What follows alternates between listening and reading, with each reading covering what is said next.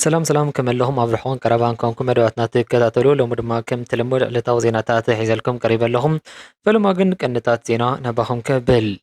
حيلتات فانو تقرين أورميان نمنجستي أبي حمد نمودا حبراو قنباري فترو مهلاوم سبسام فرست فوست أفريقا أقالعهم توكلتي منجستي تقرين سرعات بلتقنان أبادي سوا بأدرا درتي عبرت أفريقا ناب حدش نيدر مدرخ كمز غربو تقاليزهم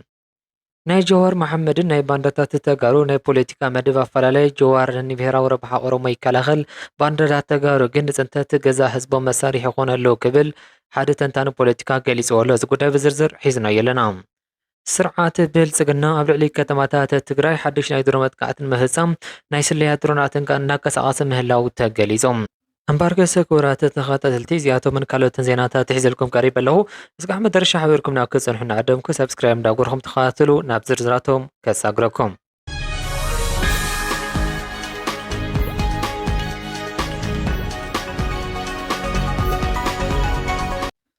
معخن زينا فرست بوست أفريقيا أبز عربو زبزاب أبي تبازن كاسا أخصو عطوغاتا حيلتات فانو تقراين أورميان قالو تزبواتاتن منقسي قدامي منيستر أبي أحمد كاب سلطان مودق حبرو قنبار نمفتار زعال مزاتا يكايدو كم زلو أفليتوم إذا قرر مزاتا زغرب زلو بأبو مبر هقرا منقس قاس فانو أمحارا بزخون زمن كاسي مخانو اتي معخن زينا حبيروم زمن كاسي كان زبالو عبيت قجلتات فانو عبتحدي حاد أزيز تدرنفو كوينوم ببوحد شوعات زغون عطغات ودابه ድማ ብሓባር ምስራሕ ዝተኣካይዶም እዮም። እዚ ምትሕብባር ብውግዒን ተረጋጊፁ ኣብ ኢትዮጵያ ዘሎ ኩናት ዓብዪ ሃንደበታዊ ለውጢ ከም ዘምፅእ እቲ ፀብፃብ የረድም።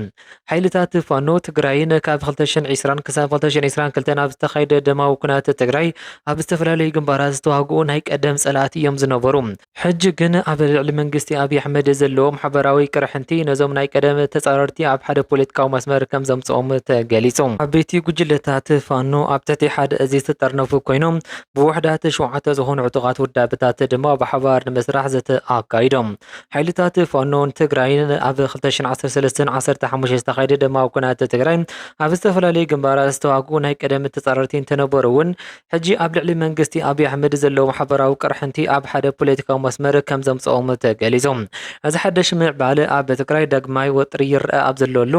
ዕጡቓት ፋኖ ኣብ ኣምሓራ መጥቃዕቶም ኣብ ዝቐፀልሉ ከምኡ እውን ኣብ ኦሮምያ ዝካየድ ዘሎ ኩናት ኣብ ዘይሃድአሉ ዘሎ እዋን ዝስማዕ ዘሎ እዩ። ክሳብ ሕጂ እቶም ሸውዓተ ጉጅለታት ሙሉእ ብሙሉእ ናብ ስራሕ ዝኣተዉ ሓበራዊ ወተሃደራዊ እዚ ከም ዝመስረቱ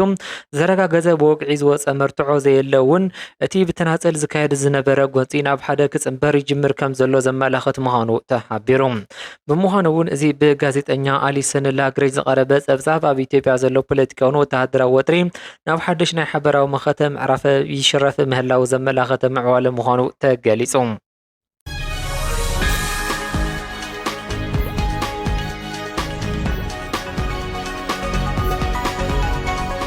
ፖለቲከኛ ጀዋር መሐመድ ኣብዪ ኣሕመድን ምእላይ ኢለ ገዛይ ኣይፍረስን ኣብዪ ኣሕመድ ካብ ስልጣን ይውረድ ብልፅግና ግን ይቐፅል ብምባል ዝሃቦ መግለፂ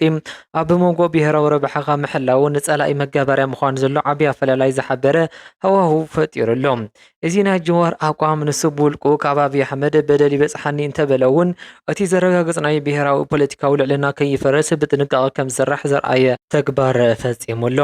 በቲ ካልእ ወገን ድማ ካብ ትግራይ ዝበቀሉ ውሕዳት ባንዳታት ንብሄራዊ ረብሓን ህልውና ህዝቢ ትግራይ ኣብ ግምት ብዘእተወ መገዲ ምቅላስ ገዲፎም መሳርሒ ናይቲ ኣብ ልዕሊ ህዝቦም ጀኖሳይድ ዝፈፀመ ስርዓት ብልፅግና ብምዃን የገልግሉ ምህላዎም ከቢዱ ቀሳ ይበፅሖም ኣሎ። ጀዋር ብዛዕባ ውልቀ መራሒ ኣብዪ ኣሕመድ ዘለዎ ቅሬታ ፍልይ ብዘየገድስ እቲ ብሄራዊ ረብሓን መዋቕር ኦሮሞ ከይጉዳ ብጥንቃቐ ብድሕንነት ይንቀሳቐስ ኣሎ። እዞም ንስርዓት ብልፅግና ዝግዝኡ ተጋሩ ግን ህዝቢ ትግራይ ትካላቱ ሉኣላውነቱ ምሕደሩ ስኢኑ ኣብ ሰናይ ፍቓድ ፀላኢ ክወድቕ ብዘይሕቶ ርእይቶ መጋበረ ናይቲ ጥፋት መደብ ኮይኖም ይሰርሑ ኣለዉ። ካልኦት ንብሄራዊ ረብሕኦም ኣቐዲሞ ኣብ ዝቃለሰሉ ዘለውሉ እዋን እዞም ወገናት ንውልቀ ረብሖም ጥራሕ ክብሉ ንታሪክን ጥንጠት ህዝቦም ኣሕሊፎም ዝህቡ ኮይኖም ይርከቡ። ብምዃኑ እውን እዚ ናይ ጀዋር መግለፂ ንብሄራዊ ረብሓኻ ምሕላውን ነፀላኢ መጋበርያ ብምዃን ንገዛእ ህዝብኻ ምፅሕታር ዘሎ ዓብዪ ናይ ሞራል ናይ ፖለቲካዊ ፍልልይ ዘግሃደ ምዕባለ ምዃኑ ተገሊጹ ምስ ስርዓት ብልጽግና ብምውጋን ውልቀ ረብሓ ዘገልግሉ ዘለዉ ውሕዳት ተጋሩ እቲ ኣብ ልዕሊ ህዝቢ ትግራይ ዝበፅሐ ናይ ጆኖሳይድ ናይ ፀንተትን መጥቃዕትን እናርኣዩ ብዓይኒ ዕሙተይ ናይ ስርዓት መሳርሒ ብምዃን ንህዝቦም ናብ ከቢድ ናይ ታሪክ ሓደጋ ሕስረት ዘእትዉ ተግባራት ብተደጋጋሚ ይፍጽሙ ኣለዉ እዞም ወገናት ካብ ታሪክ ስቃይ ህዝቦም ከይተምሃሩ ነቲ ንትግራይን ትካላታ ንምድኻም ስራሕ ዘሎ ናይ ጸላኢ መደብ ብዘይ ዝኾነ ሕልናዊ ወቓሳ ይፈጽሙ ምህላዎም ይግለጽ ኣሎ እዞም ኣባላት ህዝቢ ትግራይ ዘሕልፎ ዘሎ ከቢድ ናይ መከራ ናይ ድሮን ደብዳባት እውን እናርኣዩ ምስቲ ነዚ ኩሉ ጥፋት ዝፍጽም ስርዓት ብልጽግና ብምስላፍ ንታሪክ ወለዶታት ዘሕፍር ጥልመት ይፈጽሙ ኣለዉ ካልኦት ብሄራትን ፖለቲከኛታትን ንገዛ ብሄራዊ ረብሖም ኣቐዲሞ ኣብ ዝንቀሳቐስሉ ዘለውሉ እዋን እዞም ባንዳታት ግን ንመሰረታዊ ረብሓ ልኣላውነት ትግራይ ኣሕሊፎም ብምሃብ ኣብ ናይ ታሪክ ሕስረት ወዲቖም ይርከቡ ህዝቢ ትግራይ ነዚ ብዓይኒ ዕሞተይ ዝግበር ዘሎ ናይ ሕስረተ ስጉምቲ ብዕምቀት ይከታተሎ ከም ዘሎን እዚ ንታሪክ ንህዝቢና በድሕሪ ዝጎትት ተግባር ድማ ብታሪክ ይኹን ብህዝቢ ይቕረ ዘይብል ናይ ጥልመት ምዕራፍ ኮይኑ ይምዝገብ ምህላው ተገሊጹ ብምዃኑ እውን እዚ ዞም ምስ ስርዓት ብልጽግና ወጊኖም ንትግራይ ኣብ ከቢድ ሓደጋ ንምውዳቕ ይሰርሑ ዘለዉ ወገናት ናይቲ ስርዓት ናይ መወዳእታ ውድቀት ኣብ ዘቕረበሉ እዋን እውን ካብ ናይ ጥፋት መስመሮም ክወፁ ብዘይምኽኣሎም ኣብ ቅድሚ ህዝብን ታሪክ ተሓተቲ ዝገብሮም ተግባራት እናፈጸሙ ምህላዎም ተሓቢሩሎም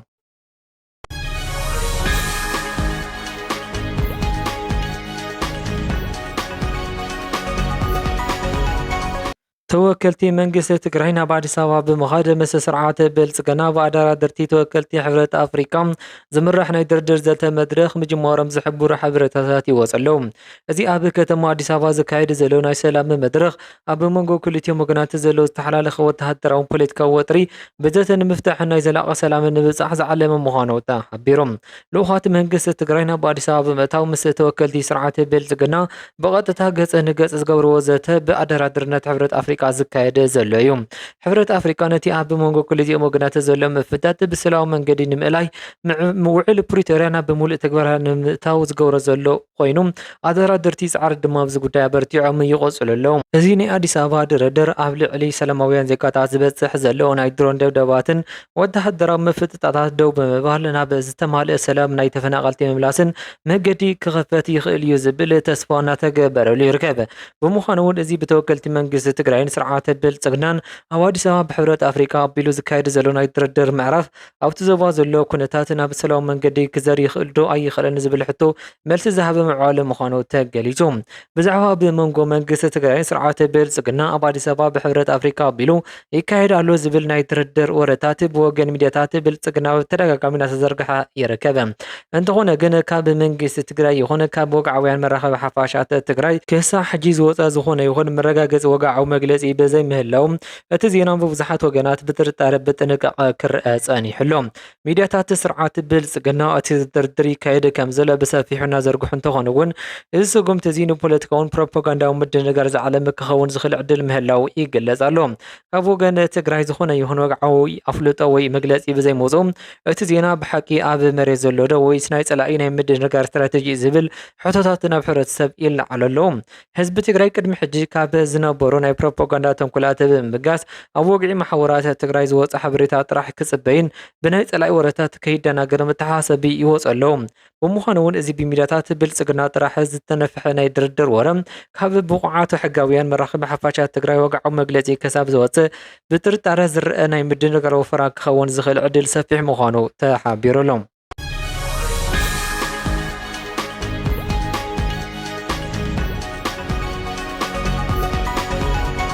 ስርዓት ብልጽግና ኣብ ልዕሊ ከተማታት ትግራይ ሓድሽ ናይ ኣየር ድሮን መጥቃዕቲ ንምፍጻም ዝዓለመ ናይ ምንቅስቓስ ስለያ ድሮናት ብዝተፈላለየ መልክዑ ይንቀሳቐስ ምህላው ካብቲ ቦታ ዝወፀ ሓበሬታ የረድኡ ብፍላይ ድማ ካብ ከተማ መቐለ ልሙዓንቲ ንግሆ ጀሚሩ ክሳብ ቀትሪ ሰዓት 6 ብዘይ ምኩራዝ ናይ ድሮን ምንቅስቓሳት ቦታታት ክስሊ ከም ዘውዓለ ተሓቢሩሎም እቲ ናይ ብልጽግና ስርዓት ዘሰልፎ ናይ ድሮን ምንቅስቓስ ካብ ንግሆ ክሳብ ቀትሪ ሰዓት 6 ብተደጋጋሚ ኣብ ልዕሊ ሰላማዊ መቐለ ብምዝዋር ናይ መጥቃዕቲ ዒላማታት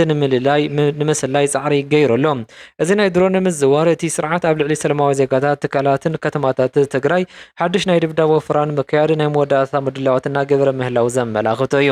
በዚ ዝተፈጠረ ናይ ኣየር ወጥሪ ምኽንያት ህዝቢ ትግራይ ነበርቲ ከተማ መቐለን ኣብ ዘየድሊ ናይ ኣየር መጥቃዕቲ ሓደጋ ነብሶም ንምሕላው ልዑል ናይ ፀጥታ ናይ ከበባ ጥንቃቐ ክገብሩ ብንቕሓት ክንቀሳቐሱ መተሓሳሰቢ ይወፀለዉ ብምዃኑ እውን እዚ ብስርዓት ብልፅግና ዝካየድ ዘሎ ምንቅስቓሳት ድሮን እቲ ስርዓት ኣብ ልዕሊ ሰላማዊ ህዝብታት ትግራይ ዘለዎ ናይ ጥፋኣት መደብ ከምዚ ቋርፂ ሕጂ እውን ናብ ዝገደደ ናይ ድሮን መጥቃዕቲ ንምእታው እናተዳለወ ምህላው ዘረጋገፀ ምዕባለ ምዃኑ ተገሊጹሎም እምበር ከስጉራት ተኸታተልቲ ሎሚ ዝነበረ ንመዳብ ዝወዲኡ ኣለኹ የቕኒየለይ